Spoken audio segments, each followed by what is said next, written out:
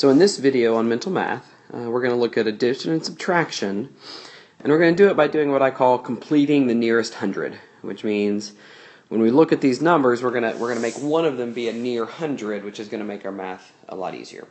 A fact about adding is when you add things together, you're really just adding the hundreds together and the tens digits together, or the units digits together, or the thousands digits together.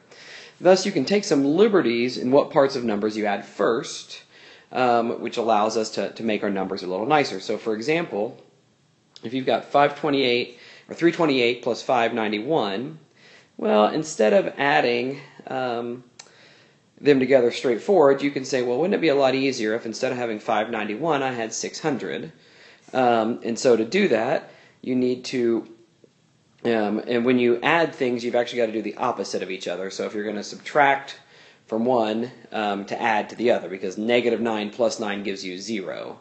So in this case, we're going to add 9 to 591, which easily gives us 600, and then we're going to subtract 9 from 328, and you should be able to do 28 minus 9 in your head to get 319. Now, we're doing this so we can learn to do it in our head. I'm writing it out for you so that you can see the way the math should go in your head.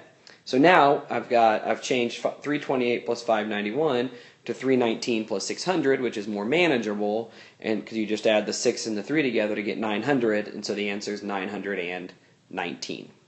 So example 1, we want to complete to the nearest hundred. Well, it really doesn't matter which one we do, but probably the easier thing to do is change that to 800. And so if we're going to change 765 to 800, we're going to add 35, so we subtract 35 from this. So in our head, we subtract 35 from 48 to get 213, because 48 minus 35 is 13, and then we add 35 to 765 to get to 800.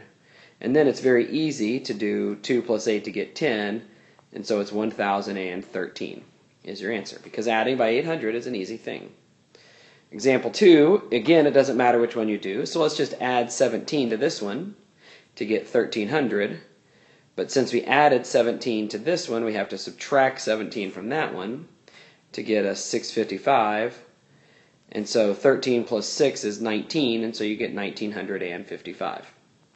So that's a way that you can do some very quick addition problems without having to do borrowing, without having to do any of these other techniques of writing things out. The second thing to look at is subtraction. Now, when you do subtraction, because of the way subtraction works, you actually can just add something to both numbers.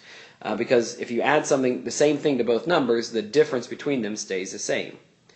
I think it's personally easier to complete the 100 on the second number, the number that you're subtracting, not the number you're subtracting from. But occasionally, it's going to be easier to make the second number, the first number your 100, and the second number not your 100. So here's an example. I want to make this my 100, the 175, so I'm going to add 25 to that to get 200.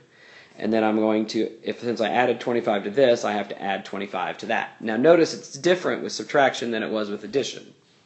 Right? Addition, we subtracted from one and added to the other. Subtraction, we just add to both, or subtract from both. So our example 3, doesn't matter what you do. Again, I like to complete the 100 of the second one, but this one you may decide to do the first one, but I'm going to do the second one.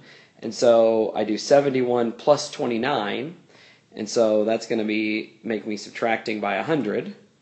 And so I need to add 29 to 16. Well, 29 plus 16 is just 45, so I get 245 minus 100, which equals 145.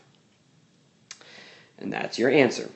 On the second one, clearly on this one, it's going to be much easier just to make this a 400. So I'm going to subtract 5 from both of them and get 400 minus 118, which is going to be, well, you can, depending on how you want to do it, if you did 400 minus 100, you'd get 300, but you had 18 more than that, so you got to subtract 18 from the 300 to get 282. Or you could do 100 minus 18, which is easily able to see that it's 82, and so your answer just becomes 282. Again, it may have been easier on this one to subtract 23 from both of them, because 23 minus 405 gives you 382, and so you end up with 382 minus 100, which is clearly 282. Whatever the case is, these are just one option for doing some mental math with addition and subtraction, but being able to do mental math with addition and subtraction is a very valuable skill.